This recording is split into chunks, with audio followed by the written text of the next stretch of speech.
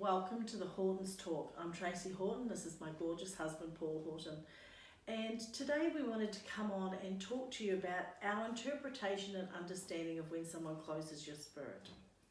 You know, there are times in life when people don't love you, when they don't always do what you expected them to do, where you become hurt or rejected or upset about them, and during that time something takes place where I guess the best way to describe it is you pull back, and you may still be in the room, you may still be in the argument, but something inside of you just closes down. That is what we call closing your spirit, because at that moment you are retracting from that argument, from that hurt, from whatever's going on to protect yourself. You are pulling back because it's harmful, because it's painful. And that can be at any level. You know, for me, I grew up in a very dysfunctional home where my dad and mum were hurting me and abusing me at a really young age.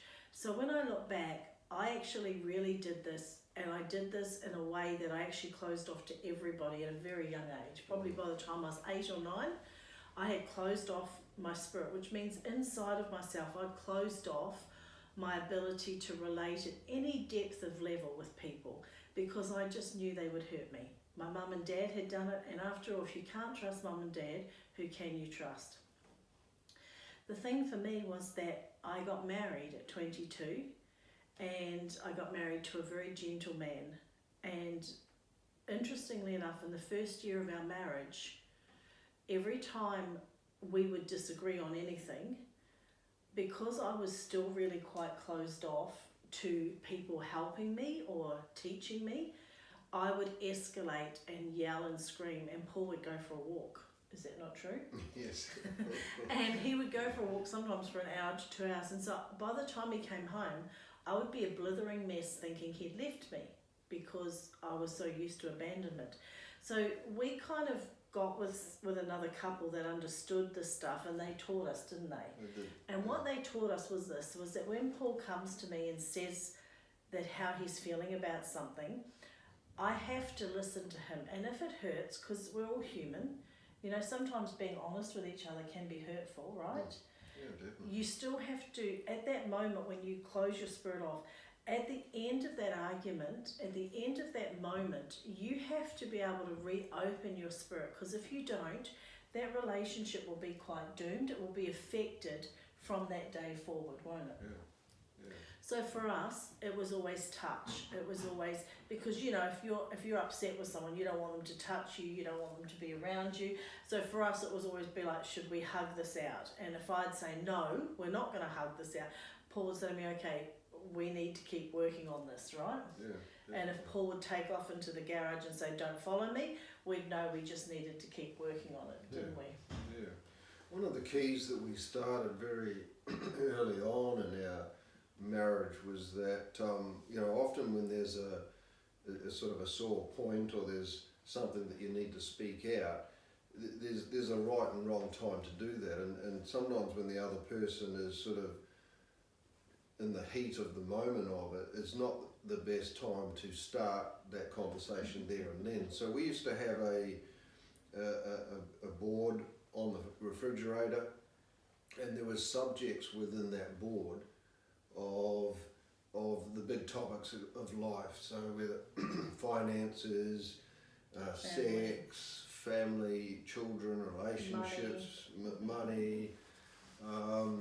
We'd have a dial, and we'd turn that dial to the subject, and we'd let the other person know that we'd turned the dial to a subject, and we both had 24 hours before we would sit down and then talk about that subject. Yeah. And we refer to it as like a house with many rooms in it, and there's always particular either one or two rooms where the door's always closed. That's a subject room. So again, those subjects that are on that refrigerator, they're rooms within the house where they are tough conversation ones. Yeah, true. And but by giving that 24 hours notice, enabled the other person to have time to think about it, had time to cool down, and so that when you came together, you could, with kindness, with a lot more lovingness, rather than in the heat of 24 hours earlier, be able to sit down and talk it through, no matter how painful it may be. For sure. And every marriage or every relationship has those moments, do they not? Yeah, And they definitely. have those rooms. So predominantly for most married couples or people that are living together or same-sex partners, most times when two people come together, some of their rooms, we call them the closed rooms, it's normally sex, money or in-laws. Those are sort of the three hot topics. Because the fact is that Paul's come from his family and I've come from mine, and that had baggage, that had DNA, that had structure to it. And we, in the first few years of our marriage, really had to break that down and differentiate into who we were as people. And finances is one of the big ones, and so is sex, because you learn all that prior to the relationship, so you come in with preconceived ideas. And as you would know, they say, the gurus all say, that sex and money are tied. They're the two most intimate relationships you can ever talk about with people. So I think they're always hot topics. And for me, when I came into our marriage, I had no concept of money, and I had no concept of how to be responsible with it. So often when we needed to talk about money, it was because I'd spent something, or I'd chopped up the credit card, or I'd done something silly. And so having that 24 hours to discuss it actually brought a lot of honour to my life, because I would close my spirit immediately walking into that conversation, fearful of the outcome, because I just wasn't trained any differently. So that dial, that 24 hours, gave me a chance to actually keep my spirit open and be able to come in more honest, which was how I learned through Paul to be responsible with money and how to change that. And I think for Paul, he came from a family where you very much kept to yourself and kept everything private. So for me to be able to give the dial, it gave you a chance, well, I think, jump in, but I think it really gave you a chance to formulate what you wanted to say. You know, and be able to bring that in a kinder way, rather than me putting you on the spot and you sort of having to have something so it just came out. So the purpose in talking about having a closed spirit is helping us all to understand and to start off from this point, that if you're listening to this now, and you're at a place where your spirit, your heart is closed off to your spouse or a child, whatever the relationship may be, is the job that you then have is being able to reopen your heart. And a lot of people that don't begin to reopen, that stuff only stagnates and gets worse and worse and worse, to a point where there's an explosion to it. Yeah, there's a divorce, there's a loss of family. The worst scenario is going to happen. So we all understand it's not easy to begin to open your heart, your spirit towards somebody that's hurt you. But you've got to begin to look at ways that you can begin to soften in those areas. And obviously the other person within the relationship has a part to play in that, because they need to recognise, well, listen, you know, I've got to be softer here in this topic, relationship. So for you to begin to be able to heal and nurture what is under fire, you've got to begin to open yourself up, no matter how hard that may seem, no matter how much hurt there may be there. You've got to begin to pick little bits of it so that you can reopen your heart. Yeah, for sure. And I think, you know, if you're watching this video and it's been a long time, you know, you've been in a marriage and your spirit might be closed off for 5-6 years, then you kind of need to see someone and you need to get some help with that, because it's not easy to do this if it's been closed that long.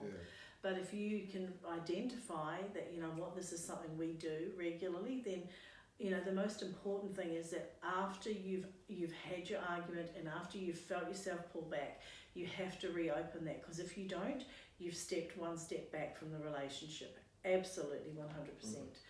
And like Paul said, it all comes down to being gentle. So, you know, for him, because he knows me so well, he'll get funny. He'll make a bit of a joke about it. For me, knowing him, I'll get honouring because he's a much quieter soul, and I will go and just, you know, we'll just hug it out, and then sometimes we go for a walk along the beach. And sometimes it's not even that you have to have closure around the subject. Sometimes you have that room where you just know you're going to visit it again. Yeah.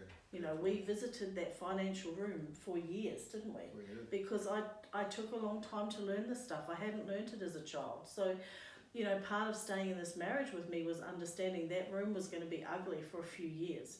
So sometimes it wasn't even that we'd had a solution.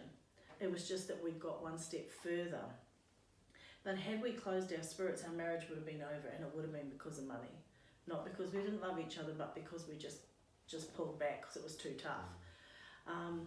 And you know what? Sometimes you've just got to go there. Sometimes you've just got to let yourselves come back to ground zero, come back to base, open up again, and then just talk about it again. Because here's the thing.